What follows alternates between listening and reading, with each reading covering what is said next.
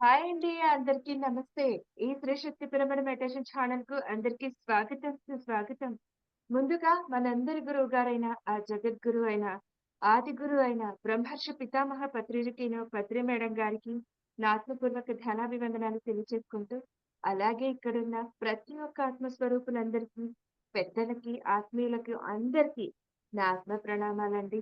So, the complete man అన్న ప్రోగ్రామ్‌ని మనం కంటిన్యూ చేసుకుంటూ ఎంతో సక్సెస్‌ఫుల్‌గా ముందుకు వెళ్తూ వస్తున్నాం. అవునా? సో, అలాగే ప్రతిరోజు సీనియర్ మాస్టర్స్ యొక్క ఆధ్వర్యంలో ఈ కార్యక్రమం జరుగుతూ వస్తాం. అలాగే ఈరోజు కూడా, ఈరోజు కూడా ఒక గొప్ప మాస్టర్. సో, వారి ఆధ్వర్యంలో ఈరోజు ఈ సజ్జన సాంగత్యం కొనసాగింపబడుతుంది. అంతకంటే ముందుగా వారిని ఇన్వైట్ చేసేసుకొని వారి ఆధ్వర్యంలో ముందుగా 5 నిమిషాలు ధ్యానం చేసుకొని, మనం ఈ సెషన్‌ని కంటిన్యూ చేసేద్దాము ఫ్రెండ్స్. సో, వారే జీకే సార్, గోపాలకృష్ణ గారు. సో, మనకందరికి కూడా సుపరిచితులు స్పిరిచువల్ టాబ్లెట్స్ అన్న ఆ పదం ద్వారా. ఏంటి స్పిరిచువల్ టాబ్లెట్స్ అంటే మనం చెప్పడానికి చాలా పెద్ద విషయం ఉందండి. సో, దాన్ని ఒక ప్రపంచనాన్నే సృష్టించేశారు వైజాగ్‌లో. వారే కాక వారి కుటుంబ సభ్యులంతా కూడా ఈ జ్ఞాన మార్గంలో వచ్చి, ఈ సేవా మార్గంలో వారు ఉంటూ వారి జన్మని ధన్యం చేసుకుంటున్నారనే చెప్పొచ్చు. అలాగే జీకే సార్ యొక్క ఆధ్వర్యంలో ఎంతమంది స్వస్థత చేకూర్చారో కూడా మనం చెప్పొచ్చండి. సో, వారి అమ్మగారు మన రోజు వారి ఆధ్వర్యంలో జరుపుకోబోతున్న ఈ సత్యమైన సాంగత్యం. సో, వారే ఈశ్వరి అమ్మగారు. అమ్మ నమస్తే అమ్మ మీకు. వెల్కమ్ అమ్మ మీకు ఈ శ్రీ శక్తి పిరమిడ్ మెడిటేషన్ ఛానల్‌కి వెల్కమ్. నమస్తే. నాకు ధ్యానం 5 నిమిషాలు ధ్యానం చేద్దాం కదా. అలాగే అమ్మ. ధ్యానం అందరూ కళ్ళు మూసుకొని చిరుకు 2 వేళ్ళలో వేళ్ళు పెట్టుకొని ధ్యానం రోజువారీ ఎలా చేస్తున్నారో అది మనసును ఖాళీ చేసుకొని చక్కగా ధ్యానంలో కూర్చుంటే ధ్యానం చేద్దాం. 5 నిమిషాలు మ్యూజిక్ పెడతారమ్మా. అమ్మ లేదు చెప్పేసేయండి. ఒక 5 మినిట్స్ పెట్టేసి.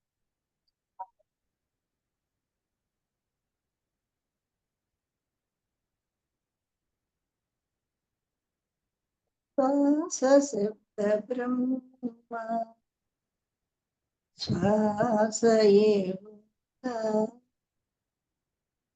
శ్వాసలో నిండి ఉంది గాయత్రి రూపం. శ్వాస శబ్దం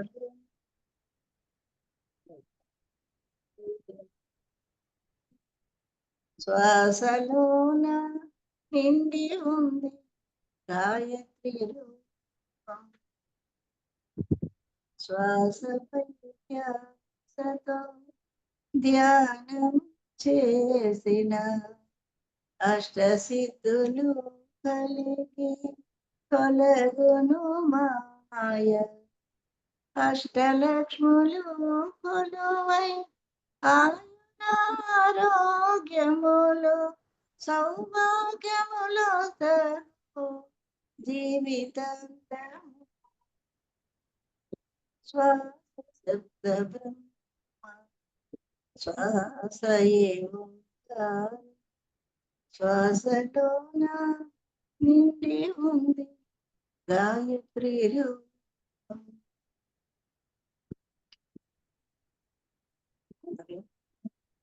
హాయిగా ధ్యానం చేస్తున్నాం. ఏ ఆలోచనలు లేకుండా ఏ మనసు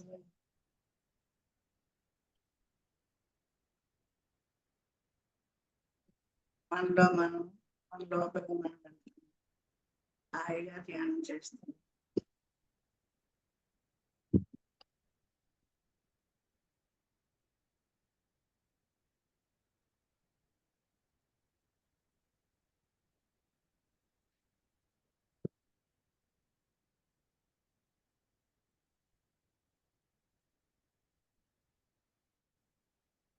రాగమ్మా ఓకే చెప్పేద్దామా?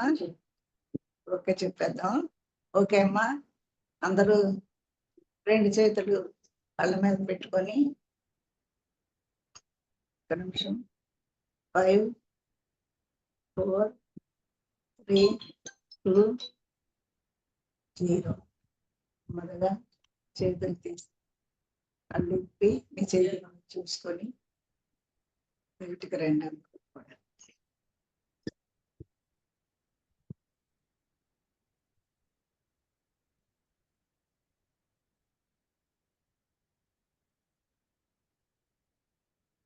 నా పేరు Eshwaramma madam.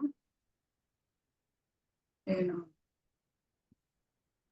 Pyramid master, senior master Brahmasri Appaji గారి భార్యని. బ్రహ్మర్షి దగ్గరే ఇప్పుడు ప్రస్తుతం బ్రహ్మర్షి దగ్గరే ఉంటున్నాను. పిరమిడ్ కట్టిన కానించి పత్రిసారితో చెప్పాలంటే ఆయనకి ఆత్మ ప్రణామాలు తెలుపుతూ పత్రిసారికి వినబడుతుందా నా వాయిస్? నా వాయిస్ అమ్మా వినిపిస్తుంది. ఆయనతో నా అనుబంధం అంతా కూడా మీతో పంచుకోవడం చాలా ఆనందంగా ఉంది. ధ్యానం అయితే నా కొడుకు, చిన్న కొడుకే జీకే గారి నాకు చెప్పారు.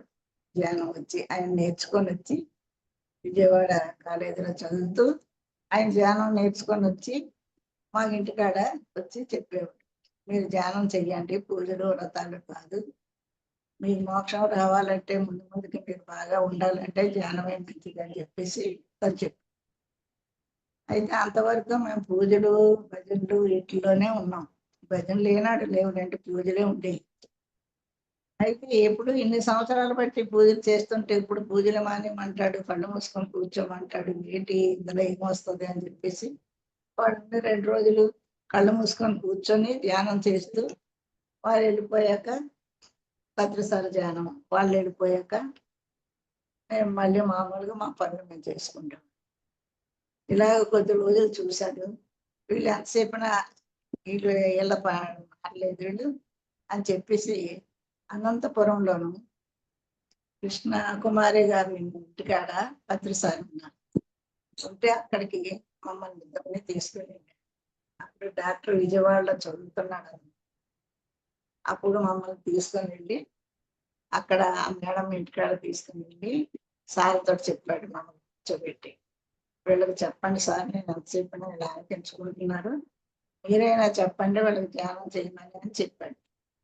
సరే అప్పుడు సార్ మమ్మల్ని కూర్చోబెట్టి అదే తులీత సార్ని చూడటం, అంతవరకు మేము సార్ని చూడడం.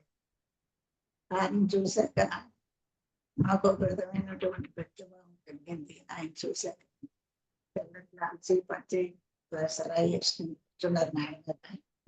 సాయంకాలము ఇప్పుడు మమ్మల్ని ధ్యానానికి కూర్చోబెట్టి ధ్యానాన్ని ముందే కూర్చోబెట్టారు. సార్ దగ్గర సరే 3 చూసాం ధ్యానం, కానీ మాకు తెలియదు అంతసేపు అయిందని మాకు తెలియదు.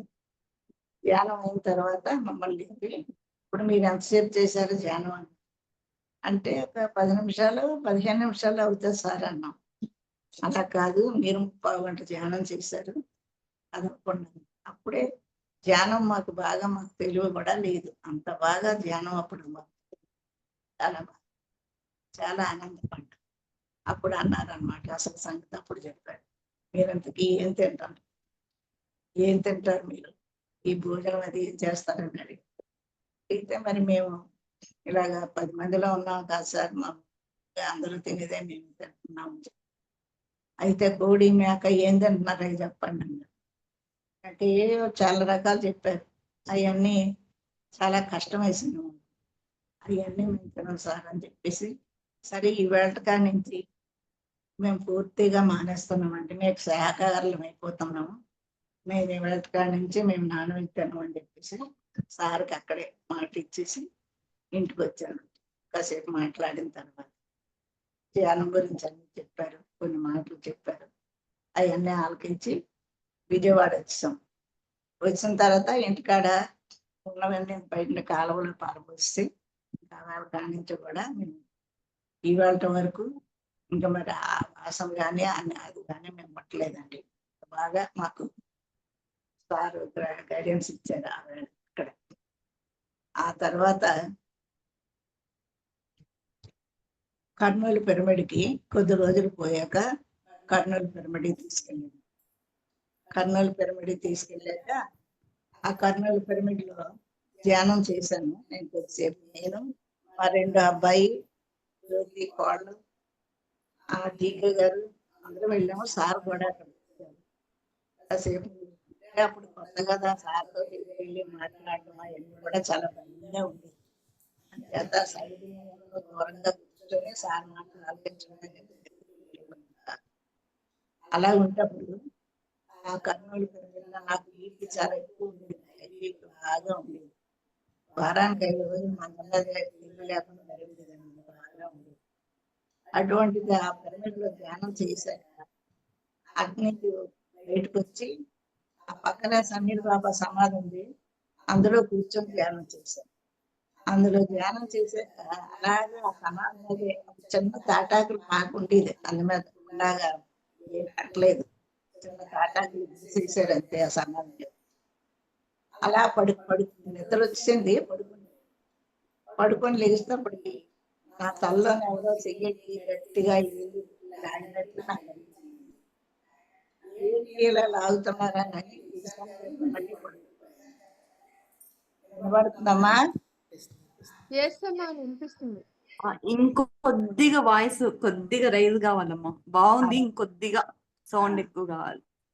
అప్పుడు సారు, నేను పడుకున్నాను, ఎవరు నా తల్లో గట్టిగా చెయ్యి పెట్టి లాగినట్టు అనిపించి మళ్ళీ పడుకొని పోయింది మళ్ళీ.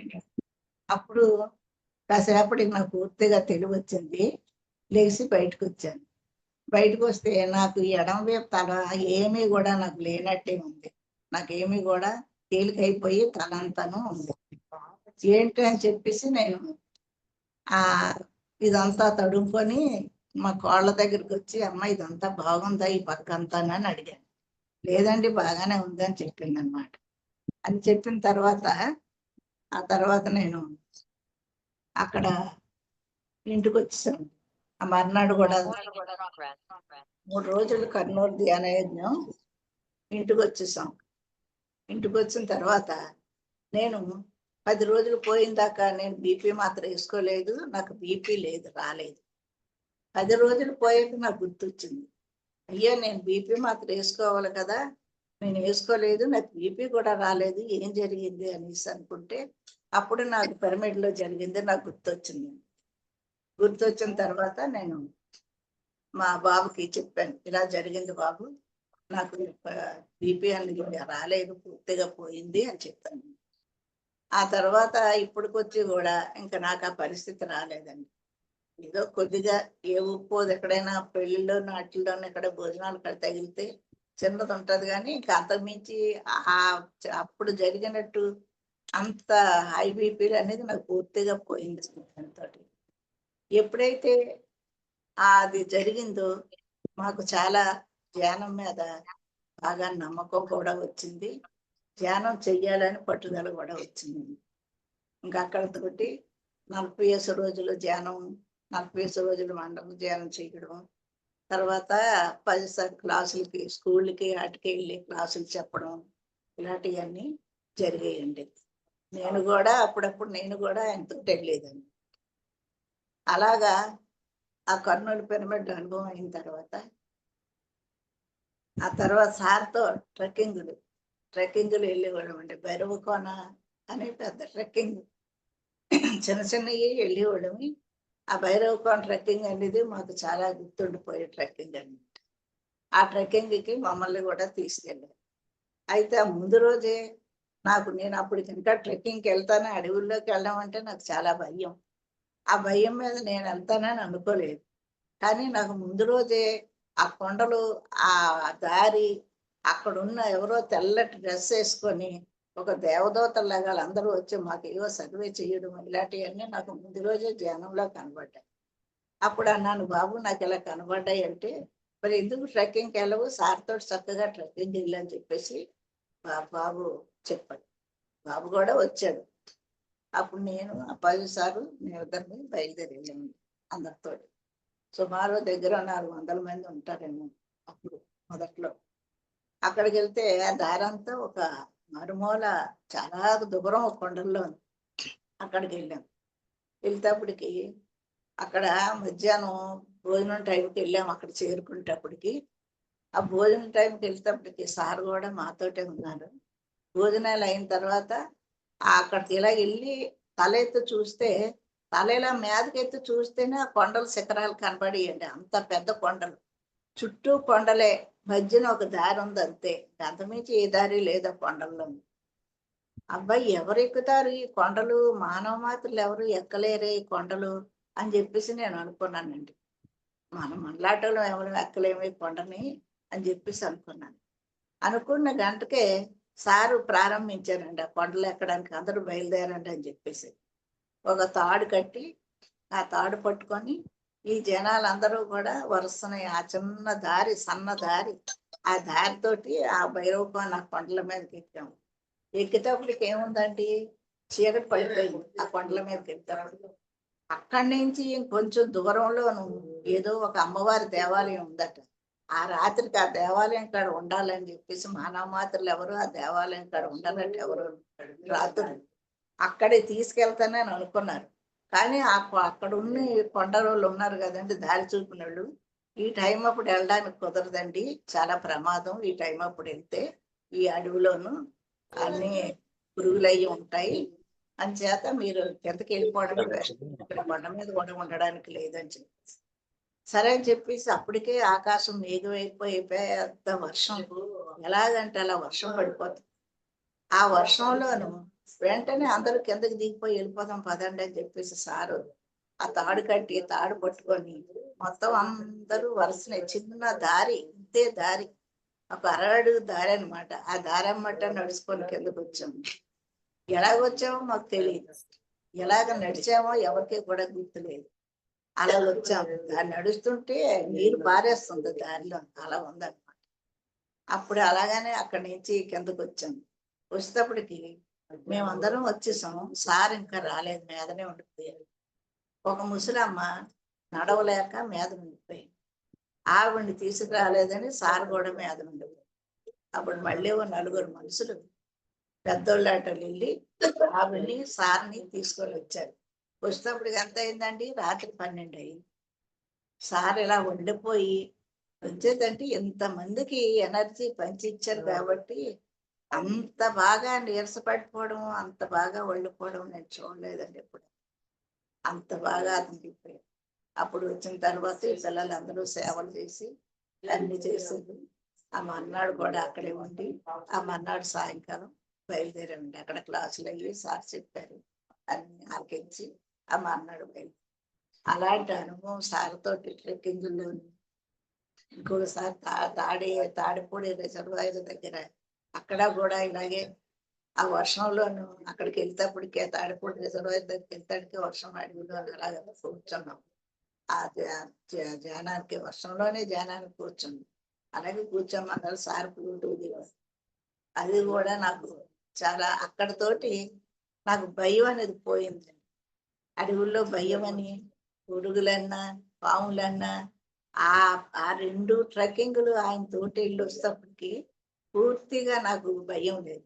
ఆ రాత్రి అయితే ఆ రిజర్వాయర్ పక్కనే రాళ్ళు పేరుస్తారు కదా, ఆ రాళ్ళు పక్కనే పడుకున్నాం. మాకు ఏంటో ఎక్కడ పడుకున్నాం కూడా తెలియదు. లైట్లు లేవు, చెట్ల చీకటి, వేదన వర్షం పడిపోతుంది. వర్షం ఆగింది, అక్కడే పడుకున్నాం. తెల్లవారు లేచి చూద్దాం కదా, ఆ రాళ్ళు పక్కన పడుకున్నాం. కనీసం ఇంత గద్దు పురుగు కాదు కదా, ఒక దోమ కూడా కొట్టలేదండి మమ్మల్ని ఎవరిని. అంతమంది నేను అంత బాగా సార్తోటి ట్రెక్కింగ్ల అనుభవాలు అంత బాగా జరిగాయండి. ఆ తర్వాత మళ్ళీ మమ్మల్ని పిరమిడ్ దగ్గర పిరమిడ్ ప్రారంభం చేసేటప్పుడు, బెంగళూరు పిరమిడ్ ప్రారంభం చేసేటప్పుడు మమ్మల్ని సంవత్సరం రోజులు ప్రారంభంలో అన్ని చేస్తుండ్రు. దున్నడము, చెట్లు పుట్టించడం, శుభ్రం చేయడానికి పిరమిడ్కి. అక్కడ ఒక చిన్న పాక పిరమిడ్ కమలపాకుతో చేశారు. వంటగదికి ఒకటి పెట్టారు, ఆ కమలపాకే. తర్వాత సార్ ఉండడానికి ఒక రూమ్ వేశారండి అక్కడ రేకులతోటి. అయితే మమ్మల్ని ఇద్దరిని కూడా అక్కడ సంవత్సరం రోజులు మీరు అక్కడికి వెళ్ళి ఉండండి, అక్కడే ఉండండి అని చెప్పారు. సరే అని సార్ మాట మీద అప్పుడే మాకు బాధ్యతలన్నీ అయిపోయాయి, ఏం లేవు, పిల్లల పెళ్ళిళ్ళు అన్నీ అయిపోయాయి. బయలుదేరి ఇద్దరిని కూడా వెళ్ళిపోయామండి ఆయన మాట మీద. వెళ్ళిపోయి సంవత్సరం రోజులు అక్కడే ఉన్నాం. ఆ పిరమిడ్లో ఎన్నో అనుభవాలు, దాంట్లో అక్కడ చాలా చాలా అనుభవాలు జరిగాయి నాకు. ఎంతో బాగా ధ్యానం పొద్దున్నుంచి పొద్దున్నలా ధ్యానం అది కుదిరేది, ధ్యానం చేసుకునేదాన్ని. సార్ రూము మాకు ఇచ్చారండి మా ఇద్దరికి ఉండడానికి. సార్ వచ్చినప్పుడు ఖాళీ చేసి ఆ పాక పిరమిడ్లోకి వెళ్ళిపోయేవాడిని. సార్ లేనప్పుడు మేము ఆ రూమ్ లో పడుకుంటేవాళ్ళం. చాలా అలాగా ఇచ్చేసారండి. అలాగా సంవత్సరం రోజులు ఉంటప్పటికి సార్ అన్నారు, ఈజిప్ట్ వెళ్ళండి, ఈజిప్ట్ అందరం వెళ్తున్నాం, మీరు రండి ఈజిప్ట్ అన్నారు. సరే అని ఈజిప్ట్కి వెళ్ళాము.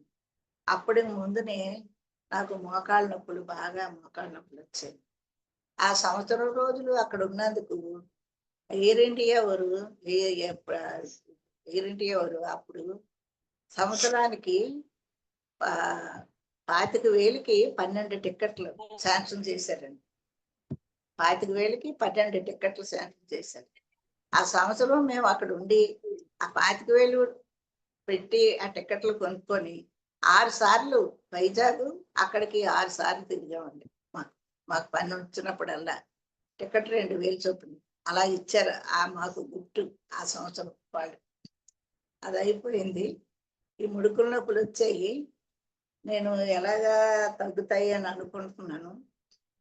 ఈ లోపుని ఇక్కడే మా పక్కనే దేవీపురం అని ఇక్కడ ఉంది. ఆ దేవీపురంలో నాకు చాలా కష్టం అయిపోయేది నడవడానికి, పడుగు తీసుకొని వేయలేకపోయేదాన్ని. అలా ఉంటప్పటికి ఆ దేవీపురం వెళ్ళాను. 3 రోజులు వాళ్ళు మౌనధ్యానం పెట్టారు. మన పిరమిడ్ మాస్టర్లే పెట్టారు. మౌనధ్యానంకి వెళ్తే ఆ 3 రోజుల్లో 2వ రోజు నాకు ఆ అమ్మవారు కనబడి, నీకు ఆపరేషన్ చేస్తాము, ముడుకులు బాగా పాడైపోయాయి, నీకు ఆపరేషన్ చేస్తాము, నీకు రమ్మని ఆ ఇద్దరు వచ్చి నన్ను తీసుకెళ్ళారండి. ఒక గోడలో స్విచ్ నొక్కగానే అక్కడ ఒక గది, ఆ బెడ్ ఉంది, ఆకుపచ్చ బట్టలు అన్ని దుప్పటి అన్ని పరిచేసాను. నేను దారబంధం బయట ఉన్నాను, ద్వారం బయట. అప్పుడు అన్నారు, నీకు పూర్తిగా చేయడం అవ్వదు, బాగా పాడైపోయాయి, ఏదో తగు మాత్రం చేయడానికి అవుతుంది అని చెప్పేసి లేడీ మాటలు వినపడుతున్నాయి, కానీ నాకేం కనపడలేదు ఎవరు. అప్పుడు నేను అన్నాను, చేస్తే పూర్తిగా చెయ్యండి అమ్మా, కానీ సగం చేసేస్తే నాకు ఉపయోగం ఏంటుంది, చేస్తే పూర్తిగా చేసి నన్ను విముక్తురాలు చెయ్యండి ఈ నొప్పి నుంచి అని చెప్పేసి నేను ఆ మాట అన్న తర్వాత ఇంకా వాళ్ళు ఎవరు ఇంకా నాకు మాటలు వినిపించలేదు. నేను మళ్ళీ మామూలుగా ధ్యానంలో కళ్ళు తెరిచాను. తెలిస్తే అక్కడ ఏమీ లేదు, అందరితో ధ్యానంలో కూర్చున్నాను. సరే 3వ రోజు కూడా ఏమైనా దాని కంటిన్యూస్ వస్తుందేమో అని చూశాను, ఏమి రాలేదు. ఇంటికి వచ్చేసిన తర్వాత జీకే అన్నాడు, సరే అమ్మా 40 రోజులు నువ్వు ఎలాగా పిరమిడ్ వేళకి వెళ్తున్నారు కాబట్టి అక్కడే 40 రోజులు నువ్వు ధ్యానం చెయ్యి పిరమిడ్లోను, ఆ 40 రోజుల మౌనంతో అని చెప్పి. సరే అని మళ్ళీ అక్కడికి వెళ్ళిపోయి 40 రోజులు ఆ పిరమిడ్లోను కనీసం ఆ మెట్లు ఎక్కడానికి కూడా నాకు అయ్యేది కాదు, అలాగ ఉండేదన్నమాట. పిరమిడ్ తయారైపోయిన తర్వాత అప్పుడు ఒక 10 రోజులు మెట్లు ఎక్కలేదు. ఆ మోటార్ సైకిల్ పై తీసుకెళ్ళి అక్కడ దించేవారు. అక్కడి నుంచి ఏమో మెల్లిగా ఆ వరండాలోకి వెళ్ళి అక్కడే బుద్ధుడి దగ్గర కూర్చొని కిందనే ధ్యానం చేసింది. ఒక 10 రోజులు అయితేప్పటికి చిన్న నొప్పి తగ్గింది. నేను కొంచెం నెమ్మదిగా పట్టుకొని మెట్లెక్కి మీదకెళ్ళి కూర్చుండేదాన్ని. మౌనమో ధ్యానం. ఉదయం తెల్లవారు 4 గంటలకు వెళ్తే రాత్రి 10 గంటలకే రూమ్కి వచ్చేదాన్ని. మధ్యాహ్నం భోజనం కూడా ఎవరో ఇంత అక్కడ తెచ్చి ఇచ్చేవారు. ఆ భోజనం తినేసి అక్కడే 24 గంటల పిరమిడ్లోనే ఉండి ధ్యానం చేసేదాన్ని. ఎన్నో అనుభవాలమ్మా, ఎన్ని అనుభవాలు అంటే చెప్పలేను. చాలా చాలా చాలా అనుభవాలు ఉండేవి. నేను హాస్టల్గా ఆ కింగ్ చాంబర్ మీదకి వెళ్ళిపోయి ఆ మీద నుంచి తిరుగుతూ చూసేదాన్ని. ఈ లోపల సార్ వచ్చేవారు, సార్ వస్తే సార్ వచ్చారని చెప్పేసి మళ్ళీ రయ్యమని కిందకు వచ్చేసేదాన్ని. ఆయనతోటి కాసేపు తిరిగి మాట్లాడి మళ్ళీ ఆయన వెళ్ళిపోయేవారు. మళ్ళీ నేను కళ్ళు తెరిస్తే నేను ధ్యానంలోనే కూర్చోలేదు, ఏముండదు. ఇలాగ ఎన్నో హాస్టల్ ట్రావెల్లు ఇలాగ ఎన్నో జరిగింది. అలాగా ఒక 20 రోజులు అయింది. 20 రోజులు అయిపోయింది. నాకు ఏమీ కూడా చిన్నది కూడా ఏదో చిన్నదే తగ్గుతుంది కానీ పూర్తిగా నాకు ముఖానికి తగ్గలేదు. ఏం చెయ్యాలి అని చెప్పేసి అనుకొని ఆ వేళ పౌర్ణమి ధ్యానం పిరమిడ్లోనే ధ్యానం చేస్తుంటే అప్పుడు సగం పౌర్ణమి ధ్యానం చేసేటప్పుడు ఇద్దరు ఋషులు వచ్చి నాకు ఎంత గిన్నెతోటి పాయసం ఇచ్చారు. చక్కగా ఎలాగంటే తలది ఇలా గుండెలాగా దిగుస్తుంది, తలది సికలేట్స్ ఉన్నాయి. పాయసం గిన్నెతోటి ఇచ్చి తినమని చెప్పారు. అదేదో గోధుమ చావలాగా ఉందో తిన్నాను, తీపిగానే ఏం లేదు. తినేసాక వాళ్ళు వెళ్ళిపోయారు. ఆ తర్వాత 3వ రోజు 4వ రోజు కాడి నుంచి నాకు నొప్పి తగ్గిపోయింది. నేను మామూలుగా నా అంతలో నేనే నడుచుకొని చిన్నగా పిరమిడ్కి వెళ్ళిపోవడం మొదలెట్టి నాకు అది జరిగిన తర్వాత అక్కడి నుంచి ఆ కొండ మీద శివుడి గుడికి కూడా, శివుడు దీని దగ్గర కూడా వెళ్ళాను, నడుచుకొని వెళ్ళాను. అలాగ అయింది. ఆ పూర్తిగా ఇలాగ అయిందండి. సార్ వచ్చినప్పుడు ఇంకోసారి వచ్చేవారు. ఇలాగ అయిందండి, నాకు ఇలా జరిగిందని చెప్పాను. సార్ చాలా చప్పట్లు కొట్టించి అందరి చేత చాలా చేయించి అప్పుడు మీరు ఈజిప్ట్ రండి, ఈజిప్ట్ వెళ్తున్నాం అందరం విని, మీరు కూడా ఈజిప్ట్ రండి అని చెప్పేసి మాకు గిఫ్ట్గా చెప్పారు. సరే చాలా మంచిది, ఎప్పుడు చూడలేదు కదా అని చెప్పేసి మేము కూడా బయలుదేరాం ఈజిప్ట్ వెళ్ళడానికి. ఈజిప్ట్ బయలుదేరి సార్ తోటి ఏదో నుంచి ఏదో కొన్ని ఊళ్ళు చూపించారు, అటు నుంచి ఊళ్ళు చూపించారు. ఆ ఈజిప్ట్ లో తీసుకెళ్ళాక అక్కడ కింగ్ చాంబరు, క్వీన్ చాంబరు, ఆ సంవత్సరమే king chamber, queen chamber open చేశారట. అంతవరకు అందరూ వెళ్తే పిరమిడ్ చుట్టూ తిరిగి వచ్చేయడమే కానీ లోపలికి ఎవరు పంపేవారు కాదు. ఆ సంవత్సరం సార్ తీసుకెళ్ళిన సంవత్సరమే మమ్మల్ని అందరినీ కూడా ఆ కింగ్ చాంబరు మెట్లు, అక్కడ ఒక 10 అంతస్తుల మెట్లు ఉంటాయి మీదకి కింగ్ చాంబర్కి వెళ్ళడానికి. అక్కడ ఎలాగుంది, కాళ్ళు ఇటు అటు కట్టి చెక్కలు మెట్లులాగా చెక్కలు పెట్టారండి. నేను అప్పుడే కొత్తగా నాకు ఇంకా నొప్పి తగ్గుతుంది చూసి ఈ మెట్లన్నీ నేను ఎక్కుతాడు, మళ్ళీ నాకు నొప్పి లావైపోతేమో నేను ఎలాగ వెళ్ళగలను, సరే మీరు వెళ్ళి చూసి వచ్చేయండి, నేను కిందన ఉంటాననేసి నేను చెప్పాను. చెప్తే అన్నారు, ఇంతవరకు వచ్చావు, ఇది నాకు చూడకుండా ఎలా ఉంటుంది, నీకు ఎందుకు నొప్పి వస్తుంది, ఏది రాదు, సార్ పై నుండి పిలుస్తున్నారు అందరినీ రమ్మని అని చెప్పేసి అనగానే, సరే ఏదైతే అదే అవుతుంది, 2 సంవత్సరాలు పడ్డాను కదా బాధ అని నేను ఆయన మీద భారం వేసి నేను ఎక్కడం మొదలుపెట్టాను. నేను నాకు ఇంకా 10 మెట్లు ఉన్నాయి అనగానే సార్ కిందకి దిగి వచ్చి నా చెయ్యట్టుకొని మీదకి తీసుకెళ్ళాడు. చాలా సంతోషం వేసింది, చాలా ఆనందం వేసింది. తర్వాత కింగ్ చాంబర్లో గంట సేపు ధ్యానం చేయించారు. అక్కడి నుంచి మళ్ళీ క్వీన్ చాంబర్ గంట ధ్యానం చేయించారు. అదేంటి ఆ తర్వాత మళ్ళీ ఇంటికి వచ్చాము. నా చేత నేను సార్ గురించి ఇంత సేవలు చేస్తుండ్రు, ఇంతమందికి ధ్యానం చెప్తుండ్రు, ఈమెకి మంచి పాటలు అంటే సంగీతం అంటే చాలా ఇష్టం కదా, నేర్చుకోవాలని నేను అన్నమయ్య పుస్తకాలన్నీ తిరిగేస్తే అన్నమయ్య పాట ఒకటి నాకు కనబడింది.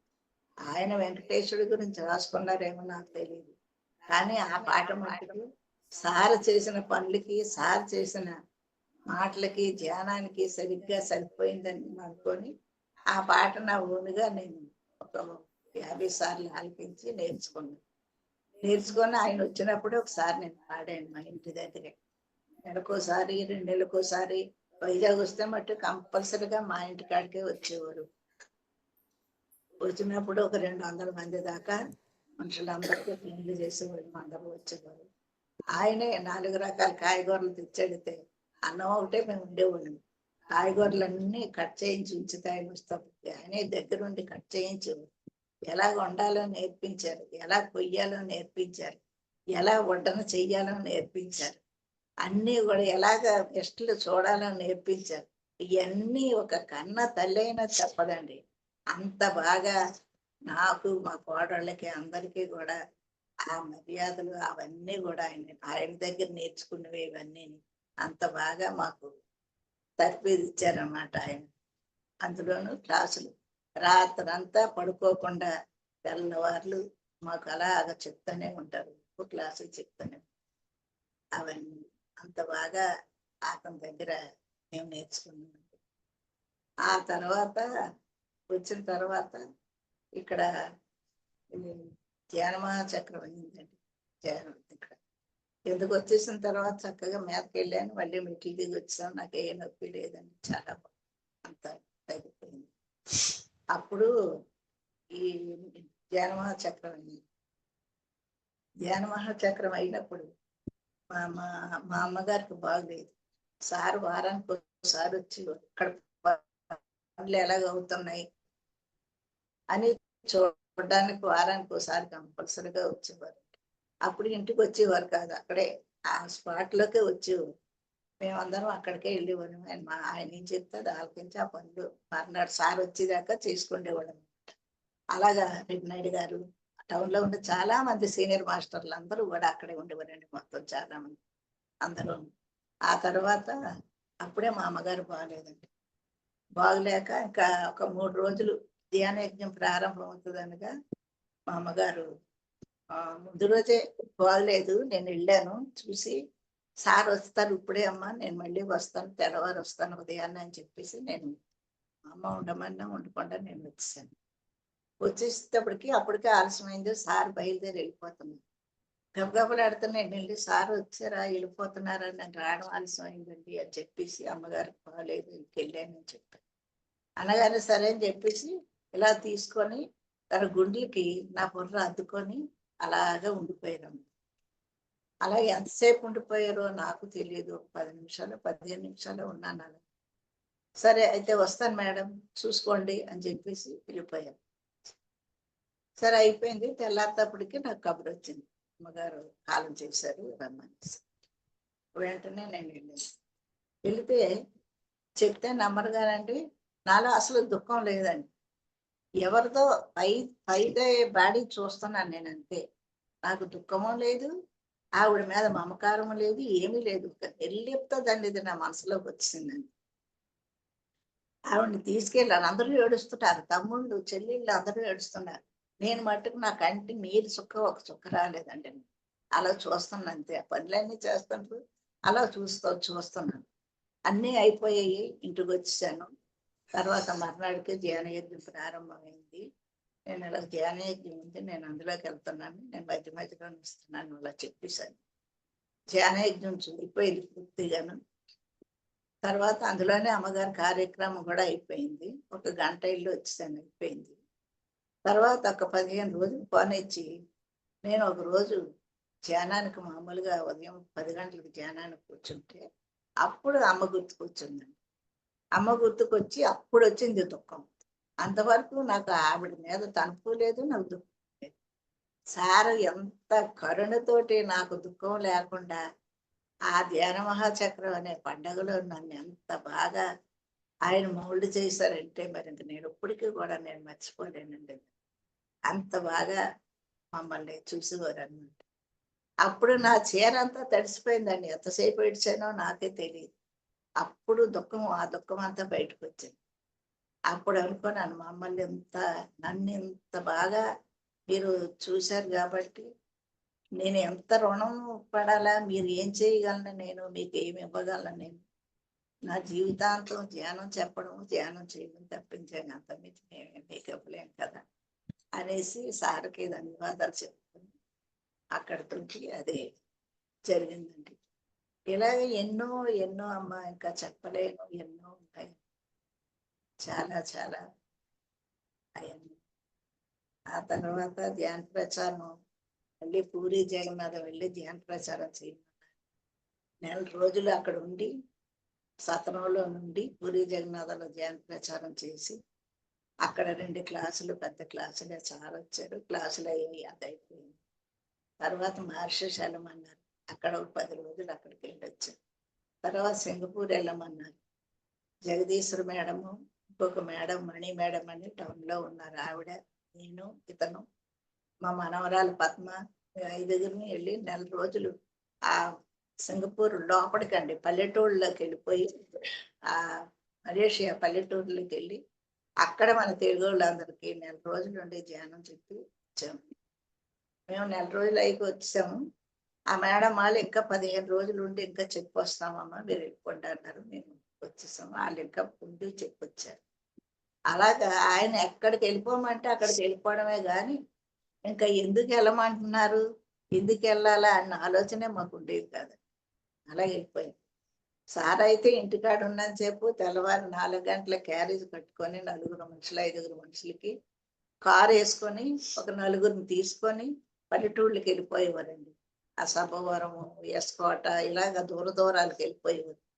వెళ్ళిపోయి పగలంతా స్కూళ్ళు పిల్లలకి మాస్టర్లకి చెప్పడం, సాయంకాలం అయితేప్పటికి ఆ రామకోవులు ఉంటది కదండి పల్లెటూళ్ళు, ఆ రామకోవుల దగ్గర ఉండి పెద్దలందరినీ కూడగట్టుకొని వాళ్ళకి ధ్యానం చెప్పి రాత్రి 10, 11కి ఇంటికి వచ్చేవారండి. వాళ్ళందరినీ ఎవరి ఇళ్ళకడాలు దింపి ఆ లేడీస్ అందరినీ అప్పుడు ఇంటికి వచ్చేవారు. ఇలాగా ఆయన చెప్పిన మాటలోని ఈ ధ్యానం అంతా ఇప్పటికి కుటుంబం తర్వాత కోడళ్ళు వచ్చారు, అందరూ నీసులు మానేశారు, మనవాళ్ళు వచ్చారు, వచ్చిన అల్లుళ్ళు కూడా ధ్యానంలోకే వచ్చారు. మనవరాలు పెళ్లి చేసుకున్న వాళ్ళు కూడా పెళ్లి మాట్లాడుకునేవాడికి పెళ్లి టైంకి వాళ్ళు మానేసి ధ్యానంలో దిగిపోయేవారు. ఇలాగే ఉండేదండి. అలాగా కోడళ్ళు అంతే, కూతుళ్ళు అల్లుళ్ళు అందరూ కూడా మొత్తం 30 మందిని కూడా ఈ ధ్యానం ప్రచారమే, ఈ ధ్యానమే లోకము, సారే లోకం. ఆ తర్వాత సారు పరమపదించేటప్పుడు ఏముందబ్బా, అమ్మా చెప్పండి ఏమున్నదా అమ్మా. అమ్మా చెప్పండి. ఉంది మా ఉంది. ఉంది మా చెప్పొచ్చమ్మా. చెప్పండి. అమ్మా మేడం, అమ్మవి చాలా ఎక్స్పీరియన్స్లు ఉన్నాయి. అదే నేను ఇంకొక రోజు చెప్పనా? ఈ రోజు అమ్మ చెప్పేస్తారు. సరేలేండి మా, నో ప్రాబ్లం. టైం సరిపోదు కదా మనకి. అవునవును. ఒక చెప్పి 15-20 ఆ మినిట్స్ తర్వాత నో ప్రాబ్లం. ఇలాగే చెప్పండి అమ్మా. సార్తోటి ఆయన కంటిన్యూ రావడం, వైజాగ్ వస్తాడు, మా ఇంటికి రావడం, ఇలాగా చేయడం ఇలాగ జరుగుతుంది. ఇంకా ఆయనకు ఒంట్లో బాగలేదని 2 సార్లు వెళ్ళి చూసి వచ్చాను. తర్వాత ఇంకా బాగా బాగలేదని కబురు రాగానే వెళ్ళిపోయామండి అక్కడికి. ఆయన నిర్యాణం చెందారు. ఆయన వెళ్ళిపోయారు పైలోకాలకి. అప్పుడు చాలా బాధ వేసిందండి. ఇంకెంత సార్తో అనుబంధం తండ్రి కంటే ఎక్కువ అనుబంధం అండి. అటువంటిది ఎందుకు ఆయన ఆఖరిసారి మా ఇంటికి వస్తేప్పుడు మమ్మల్ని అందరినీ వదలలేక వెళ్ళి గుడ్ బై, సరే మీకు నాకు రుణం తీరిపోయింది సరే అని చెప్పేసి వెళ్ళిపోయి, ఏంటి సార్ ఇలా అంటున్నారని చెప్పేసి అనుకోని సరే అయిపోయిన తర్వాత ఇలా కబురు రాగానే వెళ్తే చాలా దుఃఖం వేసిందండి. నేను అసలు ఉండలేకపోయాను. అక్కడ ఇంటికి వచ్చాం. ఇంటికి వచ్చిన తర్వాత నేను ఒక 15 రోజుల దాకా దుఃఖపడతాను, ఏడుచుకొని ఉండేదండి. ఎందుకు ఇలా చేశారు, మమ్మల్ని అందరినీ ఉంటారా, నాతోటి ఉంటారా మీరు, నేను ఉండేదాకా ఉంటారా అని అన్నారు కదా, 95 దాకా నేను ఉంటాను, మీరు అందరూ ఉంటారా అని అడిగారు కదా, మమ్మల్ని ఎందుకు వదిలేసి మీరు అర్ధాంతరంగా వెళ్ళిపోయారు, మేము ఏమైపోవాలా అని చెప్పేసి ఎలాగ అనుకొని ఏడ్చుకొని ఉండేది. ఒకరోజు రాత్రండి ధ్యానంలో కూర్చుంటే నన్ను ఆ సమాధి కాడికి తీసుకెళ్ళారండి. ఆయన సమాధి కాడికి తీసుకెళ్ళి అక్కడ సమాధి మీద అద్దాలతోటి ఒక మందిరంలా కట్టుంది. అందులో ఆయన కూర్చో అందు మీద కూర్చొని ఉన్నారు. కూర్చొని ఉంటే నేను వెళ్ళి ఆయన పట్టుకొని ఏడుస్తున్నాను. మీరు ఎందుకు ఇలా మోసం చేశారు మమ్మల్ని ఉండమన్నారు, మీరు ఎండకుండా వెళ్ళిపోయారు, మేము ఎలా బతకాలా, మేము ఎలా జీవించాలి, మీరు లేకుండా మేము ఎలా ఉంటాం అని పట్టుకొని ఏడుస్తున్నాను. ఏడిస్తే అప్పుడు అన్నారు, నేను ఎక్కడికి వెళ్ళాను మేడం, నేను ఇక్కడే మీ దగ్గరే ఉన్నాను, మీ అందరిలోనూ ఉన్నాను, అందరిలోనూ నన్ను చూడండి మీకు కనబడతాను, నేను ఎక్కడికి వెళ్ళలేదు, మీ దగ్గరే ఉన్నాను, మీరు దుఃఖం ఆపి నాకు పాట పాడతారు కదా, ఆ పాట పాడండి అన్న. అంటే అప్పటికి ఆ మాటలు ఆలకించి కాసేపటికి దుఃఖం కళ్ళు తుడుచుకొని నేనేమో అక్కడ కూర్చొని అక్కడ పాట పాడుతున్నాను. ఆ పాట బయటకు వినపడుతుంది, ఎలా వినపడుతుందో తెలియదు. అక్కడ ఏదో స్విచ్ ఏదో నొక్కినట్టు ఉన్నారు, ఆయన బయటకు వినపడుతుంది. ఎప్పుడైతే బయటకు కనబడుతుందో ఈ జనాలు అందరూ అగో సార్ అక్కడ ఉన్నారు, అక్కడ సంగీతం వినపడుతుంది అని చెప్పేసి వాళ్ళందరూ ఇటు వచ్చేస్తున్నారు. వచ్చేటప్పటికి అందరూ జనాలు వస్తున్నారు సార్, నేను వస్తానని చెప్పేసి అన్నాను. సరే, నాకు తెలివి వచ్చింది. తెలివి వస్తే నేను ధ్యానంలోనే ఉన్నాను అయ్యింది. ఆ వేళ కాడి నుంచి, ఆ సార్ చెప్పిన కాడి నుంచి ఇక నాకు ఆ దుఃఖం పోయిందండి. ఆయన వచ్చారు, మన అందరినీ ఎన్లైట్మెంట్ చేయడానికి వచ్చారు, చేశారు. ఆయన పని అయిపోయింది, వెళ్ళిపోయారు అనేసి ఒక ఆలోచన వచ్చి ఇంకా అక్కడితోటి ఎవరిని చూసినా ఆయనే, ఆయన ఉన్నట్టే, అందరిలోనూ ఆయన ఉన్నట్టే కనబడుతుంది అంతే ఎవరిని చూసినా. అంత బాగా మమ్మల్ని తీర్చిదిద్దారండి. ఆయనకి శతకోటి ప్రణామాలు, శతకోటి ధ్యాన వందనాలు చేసిన మాకు రుణం తీరదండి. మేము చేయడానికి ఇంకా అంత మించి మాకు శక్తులు కూడా లేదు. అంచేత ఆయనకి ఎన్నో వేల వేల ధ్యానాభివందనాలు తెలుపుతూ నేను వీలంత వరకు నేను ముగిస్తానండి. మీరు పాట పాడి వినిపించేవారు అన్నారు కదా, ఆ పాట మాకు కూడా పాడి వినిపించండి. మాట వినపడలేదమ్మ. పా- చాలా పాట పాట పాడి మాకు కూడా ఆ పాట పాడి వినిపించండి అంటుంది.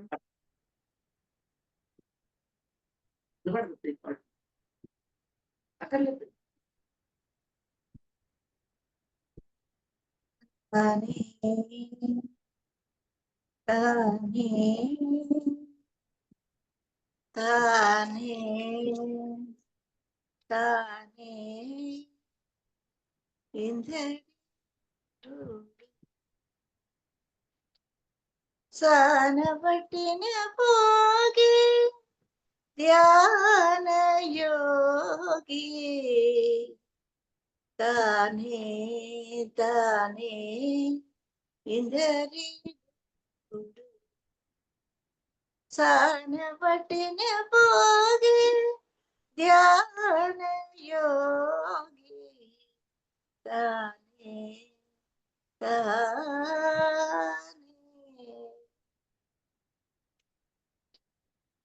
అపరిమితములైన యజ్ఞాలు వడిసే ప్రపన్నులకు బుద్ధి ప్రచరించి అపరిమితములైన యజ్ఞాలు వడిసేయ ప్రపన్నులకు బుద్ధి ప్రచరించి తపముగా బలపరి త్యాగము చేయించు కపురుల గరిమెల కర్మయోగి తపముగా బలపరి త్యాగము చేయించు కపురుల గరిమెల కర్మయోగి తానే తానే ఇందరి గురుడు.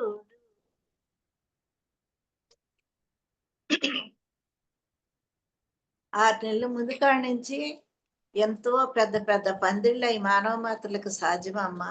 ఆ ధ్యాన యజ్ఞానికి వేసిన ఇవన్నీని, ఆ అందానికి అవన్నీని ఎంతమంది ఎవరు చేసినా ఒక తపస్సుగా భావించి చేశారే గాని నాకు కష్టం అయిపోతుందని కూడా ఎప్పుడు కూడా ఎవరు అనుకోలేదు. ఎంతమంది ఎన్ని వందల మంది ఆ పందిళ్ళు వేసేవారా, శుభ్రాలు చేసేవారా అవన్నీ. అలాగా మనుషులు తయారు చేసి వాళ్ళని తప్పముగా బయలుదేరి వాళ్ళ యోగుల కింద, కర్మయోగుల కింద, కర్మలోను కూడా వాళ్ళని, ఆ పనులు చేయడంలోను కూడా వాళ్ళని యోగుల కింద తయారు చేశారు. అంతటి మంచి మనసు శారదమ్మ. ఈ పాట అనేది అందుకే నాకు చాలా ఇష్టపడి సార్ గురించి నేర్చుకున్నాను. అన్ని చేతలను బ్రహ్మార్పణ విధిసే మన్నించు బుద్ధులను మరుగ చెప్పి అన్ని చేతలను బ్రహ్మార్పణ విధిసేయ మన్నించు బుద్ధులను మరుగ చెప్పి ఉన్నత పదముల కొనరంగ కరుణించు పన్నగా శయనుడే బ్రహ్మయోగి ఉన్నత పదముల కొనరంగ కరుణించు పన్నగా శయనుడే బ్రహ్మయోగి తానే తానే ఇందరి గురుడు.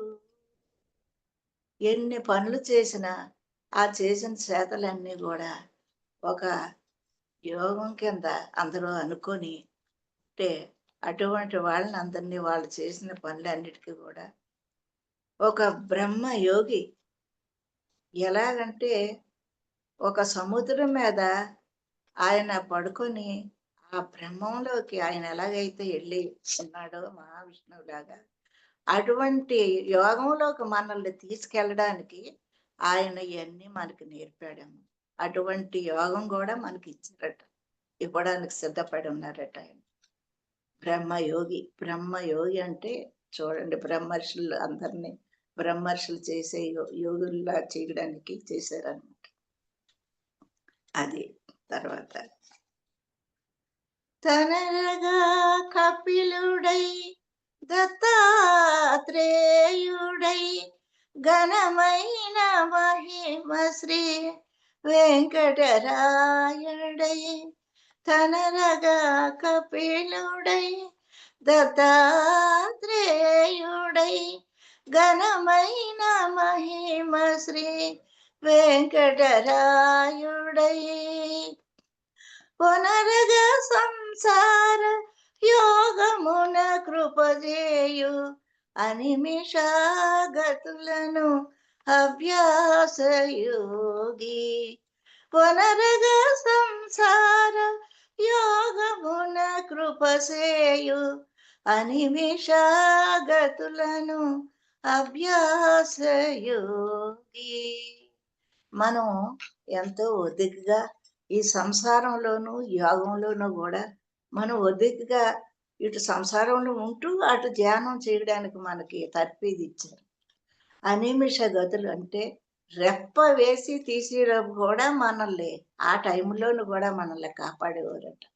అలాగ కాపాడి మొదట కపిల మహర్షి, తర్వాత దత్తాత్రేయుడు, తర్వాత శ్రీనివాసుడై ఈ గురువు రూపంలో మనల్ని వచ్చి ఇవన్నీ కూడా మన చేత అభ్యాసం చేయించారు.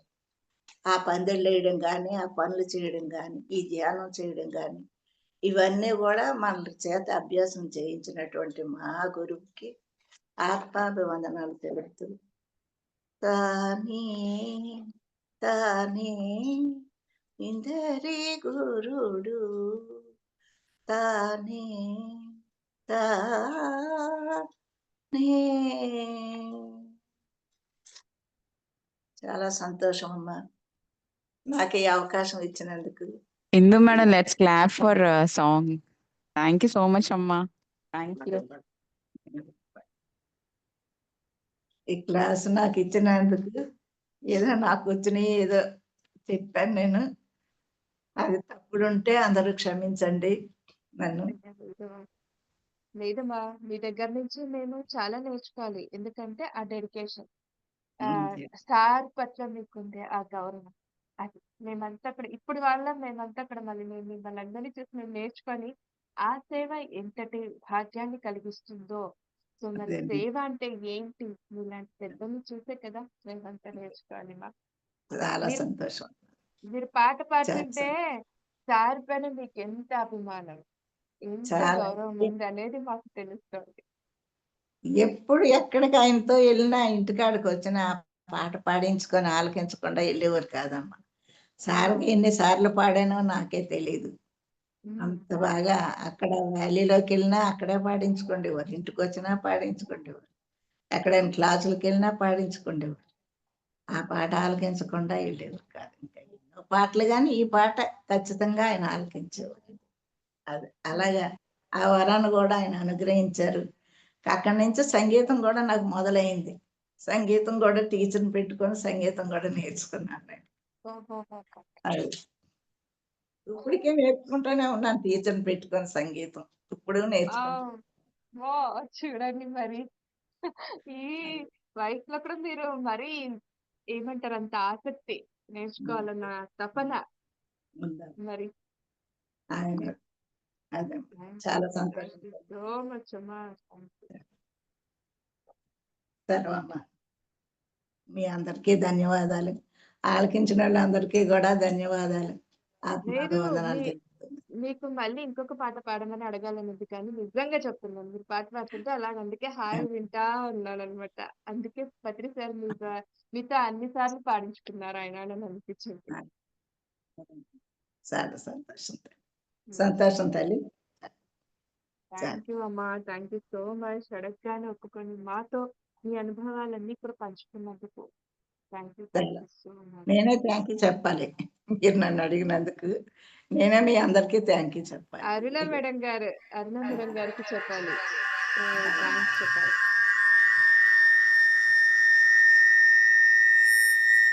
థ్యాంక్ యూ అమ్మా. Thank you so much.